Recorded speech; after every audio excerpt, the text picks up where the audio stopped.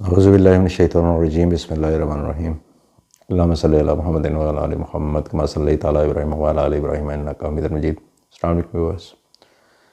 पाकिस्तान इस हवाले से एक मुनफ़रिद मुल्क है कि जहाँ पर जो कानून है उसको सबसे पहले कानून बनाने वाले और उस पर अमल दरामद जिनके करवाने की ज़िम्मेदारी होती है वो उसको उसकी धज्जियाँ उड़ाते हैं।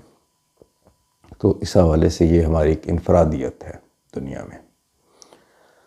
इसी तरह करप्शन की हम बात करते हैं, हमारी गवर्नमेंट्स भी करती हैं और बहुत सारे मामलात के ऊपर ये इश्यूज़ पिछले दिनों में ज़ेर बहस ट्रांसपेरेंसी इंटरनेशनल की रिपोर्ट जो जब सामने आई उस वक्त भी बहुत ज़्यादा शोर मचा।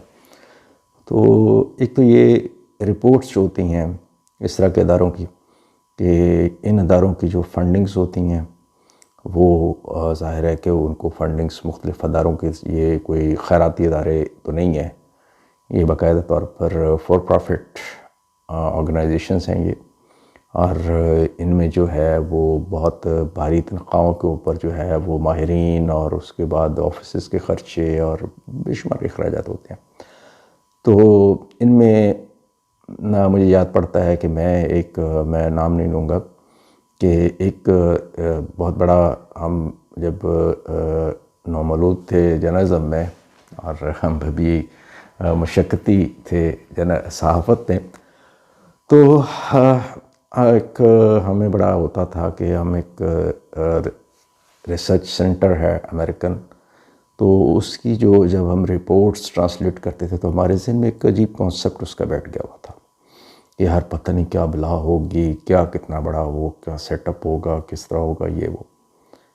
तो मुझे एक बार जो है वो वाशिंगटन में उनका जो हेड ऑफिस है, मुझे उनके हेडक्वार्टर्स का विज़िट का मुझे जो है वो मौका मिला। तो हम कुछ जर्नलिस्ट दोस्त थे, कुछ अमेरिकन थे, कुछ हम दूसरे मुल्कों से थे। तो वहाँ पर जो उनकी सरबराह थी खातून, तो उनके साथ जब हमारी बातचीत हुई, उन्होंने ब्रीफ हमें किया, तो उन दिनों एक पाकिस्तान के बारे में एक सर्वे आया था। तो मैंने उनसे कहा, मैंने कहा जी आप जो है ये सर्वे जो है ये आपका ये गलत है, ये सिचुएशन ये इस तरह नहीं है। तो उन्होंने कहा जी कि नहीं जी हमारा एक साइंटिफिक तरीका होता है और ये है वो फलां फलां फलां। मैं कहा जी कितने, अच्छा उसमें वो चूँकि ये मेंशन भी करते हैं कि जी कितने लोगों के जो है वो सर्वे जो है उसमें कितने लोग शरीक हुए और जो सर्वे कंडक्ट किया गया और उसमें कितने लोग थे और वो क्या सारा उसका डिटेल होती है। तो मैंने कहा जी 2000 लोग आप लेते हैं और 2000 लोग आपने अगर लिए हैं तो क्या 2000 लोग जो है 20 करोड़ से ज़्यादा की पाकिस्तान की 22 करोड़ के करीब आबादी है, तो क्या 2000 लोग जो है वो रिप्रेजेंट करते हैं? 2000 लोग जो है 22 करोड़ लोगों को रिप्रेजेंट करेंगे? नहीं जी, वो उसका साइंटिफिक मेथड है, मैं कि जी वो समझा दें। तो वो बिल्कुल उनके पास कोई जवाब नहीं था। तो वहाँ से मुझे अंदाज़ा हुआ कि यार ये तो बस सिर्फ जो है ये एक तरह से एक प्रॉफिटेबल जो ऑर्गेनाइजेशंस हैं और ये बिज़नेस कर रही हैं बेसिकली सिर्फ, और इनका कोई काम नहीं है। तो अगर वो प्योरली वो बिज़नेस है तो बिज़नेस के लिए जो है इन्होंने उसको बिज़नेस के ये सारी की सारी, चाहे वो ह्यूमन राइट्स के नाम पे कर रही हों या ये जिस मर्जी नाम पे कर रहे हैं, तो बुनियादी तौर पर वो बिज़नेस कर रहे हैं। जो असल जो हकीकत जो है ये इसको मानना चाहिए। अच्छा, मैं बात कर रहा था कि जी अपना कि पाकिस्तान के अंदर जो करप्शन का भी इशू और दूसरे जो हमारे जो अफसर शाही है वो आप कहेंगे क्या हाथ धो के पीछे पड़ा हुआ है।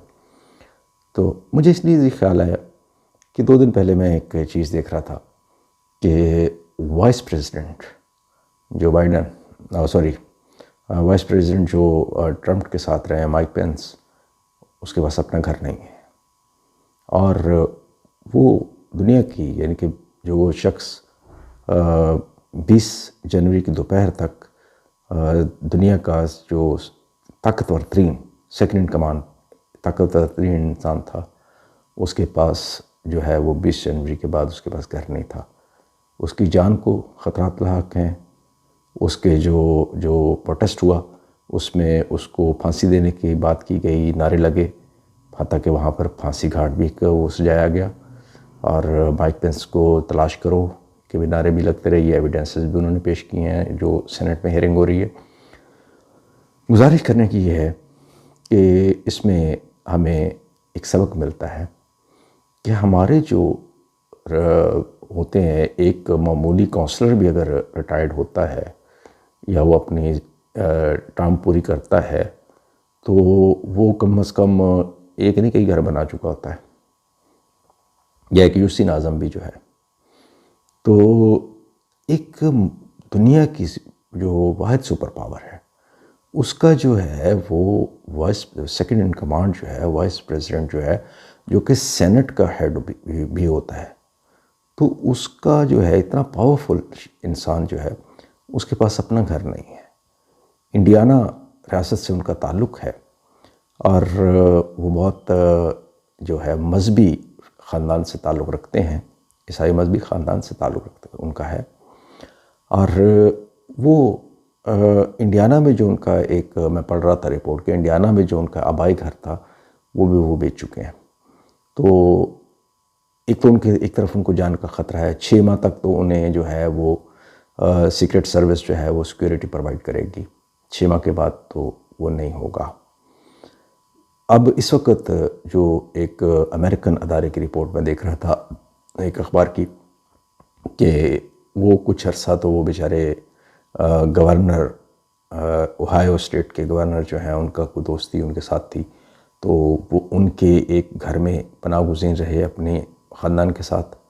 इसी तरह वो मुख्तलिफ़ अभी तक वो अपने दोस्तों के घरों में जो है वो सामान उठा के फिर रहे हैं, और वो किसी की जगह 2 दिन, किसी जगह हफ्ता, किसी जगह 4 दिन, किसी जगह 5 दिन, इस तरह करके वो अपने गुजारा कर रहे हैं कि उनके पास घर के लिए, किराए के घर के लिए, हसूल के लिए भी शायद जो है वो नहीं है, इतने रिसोर्सेज भी उनके नहीं है कि वो एक घर किराए पे ले दें। और क्या अगर पाकिस्तान होता तो मेरा ख़्याल है कि उनके तो कोई 2-4 महल्लात और फार्म हाउसेस, और तकरीबन हर बड़े शहर में जो है वो उनका महल होता, हर बड़े शहर में जो है वो उनका फार्म हाउस होता, और इसके अलावा दुबई में और फ्रांस में और लंदन में और पूरी दुनिया में उनकी जो है वो जायदादें होती। ऐसा क्यों है? ऐसा क्यों नहीं है? वो मुझे एक याद आ रहा है, मुझे नाम अब मेरे ज़हन से स्किप हो गया, कि जो CIA रॉ के एक साबका सरबराह ने एक जो है वाक़या लिखा, तो उन्होंने लिखा कि जी ये इंडो पाक के अंदर ये हमारे जीन्स में एक चीज़ कोई शामिल है, पता नहीं क्या, ये कहाँ से ही आई हमारे जीन्स के अंदर। ये लगता है ये कॉलोनियन ही जो है वही हमारे अंदर आया है। तो बुरी चीज़ें हमने अडॉप्ट कर ली, अच्छी चीज़ें हमने उनकी छोड़ दी। वो कहते हैं कि जी इंदिरा गांधी जब ऑस्ट्रेलिया के दौरे पर गई तो उसने कहा जी कि जो ऑफिसर उनका ऑस्ट्रेलियन गवर्नमेंट का सिक्योरिटी पे मामूर था, तो वो बड़ी परेशानी में एक दिन मेरे पास आया। तो उसने कहा जी कि मैडम जब गाड़ी से उतरती हैं तो वो अपनी छतरी और अपना जो है वो पर्स मुझे पकड़ा देती हैं। तो अब मैं सिक्योरिटी मैंने उनकी करनी है, अगर मेरे दोनों हाथ बिजी होंगे तो मैं उनकी सिक्योरिटी कैसे करूँगा? तो आप उनसे बात करें। तो वो कहते जी मैंने फिर जो है वो इंदिरा गांधी से बात की, तो ये मामला जो है वो फिर उसके बाद उन्होंने वो देना बंद कर दिया। अच्छा, इसी तरह एक मेरे साथ मेरे अपने आंखों देखा वाक़या है कि मेरी फ़्लाइट थी टेक्सास से पाकिस्तान के लिए, तो वाया दुबई थी। तो एक साहब जो हैं वो वहाँ से मेरे साथ ही जो है वो लाइन में भी उसी तरह वो बड़ी मुश्किल से उन्होंने वो अपना वो सूट से अपना हैंड बैग उठाया, हैंड जो और बड़ी मुश्किल से वो लगता है वो बड़ी परेशानी में, बड़ी तकलीफ़ में है। तो मैंने अंदाज़ा कर लिया। तो वो बड़ी घसीटते घसीटते वो काउंटर तक भी आए। फिर वो जहाज़ में भी इत्तेफाक से वो मुझसे जो है वो अगली जो रो थी, दूसरी तरफ वाली रो जो थी, उस पे उनकी सीट थी, वो वहाँ पे बैठे थे। मैं अब उनको देख सकता था वहाँ पे भी। तो दुबई तक आए तो मुझे वो ये था कि या इंडियन है या पाकिस्तानी है। तो जब दुबई हम आए हैं तो दुबई में वही हाल था कि वो कोई नहीं है, वो उसी तरह बिल्कुल शरीफ जो है वो बस जो कहते होते हैं ना फर्मबरदार किस्म के बच्चे, तो फर्मबरदार किस्म के बच्चे बने हुए जो है वो लाइनों में लग के और उसी तरह वो क्यूज़ में आके वो उन्होंने अपना इमिग्रेशन वगैरह सारा कुछ वो करवा के, फिर उसके बाद जब फ़्लाइट दुबई से उड़ी है तो दुबई एयरपोर्ट पे उनका वही वो खुद ही जो है कॉफ़ी ले रहे हैं और सारा कुछ ये वो। तो जब फ़्लाइट पाकिस्तान पहुंची है तो वो एक अरब एयरलाइन का जहाज़ था। तो पाकिस्तान उस वक़्त तक कभी इजाज़त थी ये प्रोटोकॉल्स वगैरह की। तो पाकिस्तान जो ही फ़्लाइट पहुंची है, फ़्लाइट अभी आके लगी, गेट खुले ही हैं, तो उसके साथ ही जो है ना वो एक भगदड़ मच गई। जहाज़ के अंदर लोग आ गए। तो अशहदु अल्ला इलाहा इल्लल्लाह वहदहु ला शरीका लहू व अशहदु अन्ना मुहम्मदन अब्दुहु व रसूलुहु। मैं इस वक्त आपसे बात कर रहा हूँ तो ज़लज़ले के शदीद झटके लग रहे हैं और काफ़ी शदीद किस्म का अल्लाह ताला खैर रखे हर जगह पे और महफूज रखे हर किसी को। ये काफ़ी शदीद झटके हैं इस वक्त और दुआ है, आपसे भी दुआ करें कि अल्लाह करे कि जहाँ जहाँ जो भी दोस्त जो हैं वो महफूज रहें, महफूज अल्लाह ताला उनको इससे महफूज रखे। तो हम ये बात कर रहे थे कि वो यहाँ पर पता चला कि वो एक फेडरल एक किसी महकमे के डिप्टी सेक्रेटरी हैं। तो वो कोई सब बैग उनका उठा रहा है, कोई उनका मोबाइल उठा रहा है, कोई कुछ उठा रहा है, कुछ उठा रहा है कि साहब बड़े थक गए। और वो आते ही वो जो उनका सरिया जो था वो पता नहीं कहाँ गया हुआ था। तो वो पाकिस्तान पहुँचते ही वो सरिया मेरे ख्याल एकदम से वो कहीं वो कोई यहाँ पे शायद बटन होता है, शायद ये कोई ब्यूरोक्रेट ही बता सकता है कि वो शायद यहाँ पे कोई बटन शटन होता है या कोई किसी और जगह पे कोई बटन होता है। तो वो जैसे बटन होता है ना, वो एकदम बटन दबा और वो यूँ उनकी गर्दन एकदम जो है ना वो तन गई और वो सरिया वापस आ गया। वो गुजारिश है कि जब ये बाहर हम जाते हैं तो उस वक़्त और हमारा एटीट्यूड और जब हम वापस आते हैं उस वक़्त हमारा एटीट्यूड ये क्यों चेंज होता है?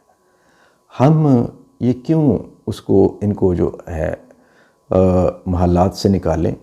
और जैसे मैंने पहले भी अर्ज़ किया था कि जाते जाते मैं एक छोटी सी, क्योंकि आज मुझे ज़रा मुख्तसर करना है, तो एक छोटी सी मैं एक मुझे याद आ गया, अल्लाह ताला मग़फ़िरत फ़रमाए जवाद नज़ीर साहब को। तो जवाद नज़ीर साहब के कॉलम जो होते थे वो तंज़ उनकी जो है वो बड़ी कमाल की होती थी। तो उसमें वो लतीफ़ों में तंज़ किया करते थे, अपने लतीफ़ों के उनके पास बहुत बड़ा ख़जाना था। तो वो उन्होंने लिखा एक कॉलम में कि वो एक हज्जाम था एक बादशाह का। तो वो रोज़ाना बैठता था, शेव बनाता था और शेव बनाते बनाते वो वज़ीर आता था, वो उसको सारी रिपोर्ट पेश करता था। तो उसने वो सुनता रहता था, नहीं वो हज्जाम सुनता रहता था। तो वो एक दिन तक फट पड़ा, तंग आ गया। उसने कहा बादशाह सलामत ये झूठ बोलता है, बकवास करता है सब कुछ, और ये ऐसा नहीं है, और ये जो है वो लोग जो हैं वो आपको गालियाँ दे रहे हैं और हालात बहुत बुरे हैं, और ये बिल्कुल सरासर ये है जो आपका वज़ीर है ये जो आपसे गलत बयानी करता है। तो बादशाह सलामत ने हुक्म दिया कि वज़ीर को जो है वो कैद खाने में डाल दो, और वो जो हज्जाम था कि उसको कहा कि तुम आज से मेरे वज़ीर आज़म हो गए। तो वो वज़ीर बन गए हज्जाम साहब। तो वो कुछ दिन गुज़रे तो वो हज्जाम साहब पेश हुए तो बतौर वज़ीर। तो उनकी तरह एक और हज्जाम, दूसरा हज्जाम आके वो हजामत बना रहा था। तो उन्होंने जब वो हजामत करवा रहे थे तो उन्होंने उस वक्त वो रिपोर्ट जब पेश करनी शुरू की तो वो उन्होंने कहा जनाब बादशाह सलामत तो शहद की नहरें बह रही हैं। तो बादशाह सलामत ने जला तलब कर लिया। तो उन्होंने कहा कि भाई बात ये है कि यहाँ तक पहुँचते पहुँचते पहले वज़ीर जो है कुछ 6 माह साल लेते थे, तुम चंद दिनों में पहुँच गए हो। उसने कहा जनाब वाली बात ये है कि उस वक्त तो मैं सच बोल रहा था, अब भी सच बोल रहा हूँ, गुजारिश मेरी सुन लें, उसके बाद चाहे गर्दन उड़ा दें, आप ऑर्डर तो कर चुके हैं। गुजारिश ये है कि मैं पहले नाई था, तो मैं आम लोगों के महल्ले में रहता था और वहाँ पर ही जो है वो मेरा सारा कुछ खुद ही चीज़ें ख़रीदता था, पता होता था आम लोगों के हालात का। अब आपने मुझे अपनी जीवार में महल दे दिया है, अब मैं बाहर निकलता हूँ तो मुझे हर तरफ खुशहाल चेहरे नज़र आते हैं, तो मुझे लगता है कि हर तरफ खुशहाली है। गुजारिश ये है कि जब तक इन नाइयों को वहाँ से निकाल कर, उन जीवार से निकाल कर वो इनके पुराने महलों में वापस नहीं भेजेंगे, उस वक़्त तक मामलात जो हैं वो ठीक नहीं हो सकते हैं। इन नाइयों को निकालना जो है वो बहुत ज़रूरी है। और इसके बग़ैर जो है आप बात करते थे अपोजिशन में प्राइम मिनिस्टर साहब के जिस साइकिल पे जाएंगे और ये करेंगे और वो करेंगे, फ़लाँ मुल्क का वज़ीर-ए-आज़म मिसालें देते थे। तो उन मुल्कों के आप अगर ये मिसालें देते हैं तो उसमें वो आप ये भी तो देखें ना कि उन मुल्कों के अंदर जो है वो करप्शन और दूसरे मामलात जो हैं, या उनके जो क्या ब्यूरोक्रेसी उनकी जो है, या वो इस तरह के शाहाना ज़िंदगी है उनकी नहीं है। वो आम लोगों के साथ रहते हैं। क्या उनके बच्चे जो है वो लंदन में या दूसरे मुल्कों में पढ़ते हैं? नहीं, उनके बच्चे उन्हीं के मुल्कों में पढ़ते हैं, वो उन्हीं सरकारी स्कूलों में पढ़ते हैं जहाँ पर आम शहरी के बच्चे पढ़ते हैं। वो उन्हीं, उनके वज़ीर, उनके ब्यूरोक्रेट्स, उनके वज़ीर-ए-आज़म, वो उन्हीं आबादियों में रहते हैं जहाँ पे आम लोग रहते हैं। आपने तो यहाँ पर एक, हमारे तो एक अज़ाब और है कि हमारे यहाँ पर तो जिसके पास 4 पैसे आ जाते हैं वो उठता है और वो आम लोगों के, आम शहरियों के आबादी में वो रहना पसंद नहीं करता। वो उठाता है और वो अपने वो शूद्रों की बस्ती छोड़ता है और वो ब्राह्मणों के वो जाके उसमें ब्राह्मणों की जो बस्तियाँ बस गई हैं वो उनमें चले जाता है। 2 करोड़ का 4 करोड़ 5 करोड़ उसके लिए कोई मसला नहीं है। तो मसला ये है कि जब तक आप सोसाइटी में ये मसावात नहीं होगी, और आका करीम सल्लल्लाहु अलैहि वसल्लम का जो है वो सबसे जो बड़ा पैगाम है वो मसावात है। और मसावात सिर्फ ये नहीं है कि इंसान इंसान के बराबर बिल्कुल है, वो भी मसावात बहुत ज़रूरी है, लेकिन माशी जो है, माशी तौर पे भी जो है वो उसकी मसावात वो भी बहुत ज़रूरी है। मुनाफा कमाना, तिजारत करना, कारोबार करना ये राइट है, इस्लाम इससे नहीं रोकता है, लेकिन उस कारोबार से जो है वो उससे नाजायज़ जो है वो उससे रोकता है कि आप उससे जो है वो जो नाजायज़ आप करते हैं। मैं आज एक दोस्त से बात कर रहा था कि मुझसे वो पूछ रहा था अमेरिका के अंदर गवर्नमेंट जॉब्स के हवाले से। मैं कि यार वहाँ पर इसलिए नहीं है कि उन्होंने गवर्नमेंट जॉब्स को और प्राइवेट जॉब्स जो है उनको तकरीबन उन्होंने इक्वल कर दिया हुआ है बेनिफिट्स के हिसाब से और सैलरीज के हिसाब से, तो इसलिए लोग ज़्यादा देखते ही नहीं उस तरफ। अब हमारे यहाँ पे क्या होता है कि एक स्टोर जो है, एक डिपार्टमेंटल स्टोर है बड़ा, जितने भी आप जाके देख लें कि 100 वर्कर काम कर रहे हैं, लेकिन वो वर्कर वेलफेयर बोर्ड जो है या जो दूसरा जितने भी मुतल्लिका महकमे हैं, ओल्ड एज बेनिफिट वगैरह, उनके पास जो रजिस्टर्ड लोग होते हैं वो 10 होते हैं। क्या कभी किसी ने जाके उनसे पूछा है कि भाई ज़रा दिखाओ ना 10 लोगों के साथ आप कैसे, आप 24 घंटे जो है वो अपना 24 आवर राउंड द क्लॉक आप स्टोर चलाते हो, खुला रहता है, तो 10 वर्कर्स के साथ आप कैसे चलाते हैं, ये ज़रा साइंस आप हमें समझा दें। वो तो सिर्फ जाते हैं, जो भी मुतल्लिका महकमे के लोग हैं वो अपना फ़र्ज़ समझते हैं कि वो जाएं और वो उनसे पैसे पकड़ें, उनसे महीने का अपना हिस्सा पकड़ें, अपनी जेब में डालें, दैट्स इट, बात ख़त्म। तो जब तक आप इन चीज़ों को ख़त्म नहीं करेंगे उस वक़्त तक आप किसी भी उसका उम्मीद रखना जो है वो कोई मुनासिब बात नहीं होगी। ये पहले तो इसको ठीक करें, उसके बाद आगे की बात करें। इसके साथ ही मैं आज तक के लिए इतना इजाज़त चाहूँगा। रब्बना आतिना फिद दुनिया हसना व फिल आखिरति हसना व क़िना अज़ाबन्नार। खुदा हाफ़िज़।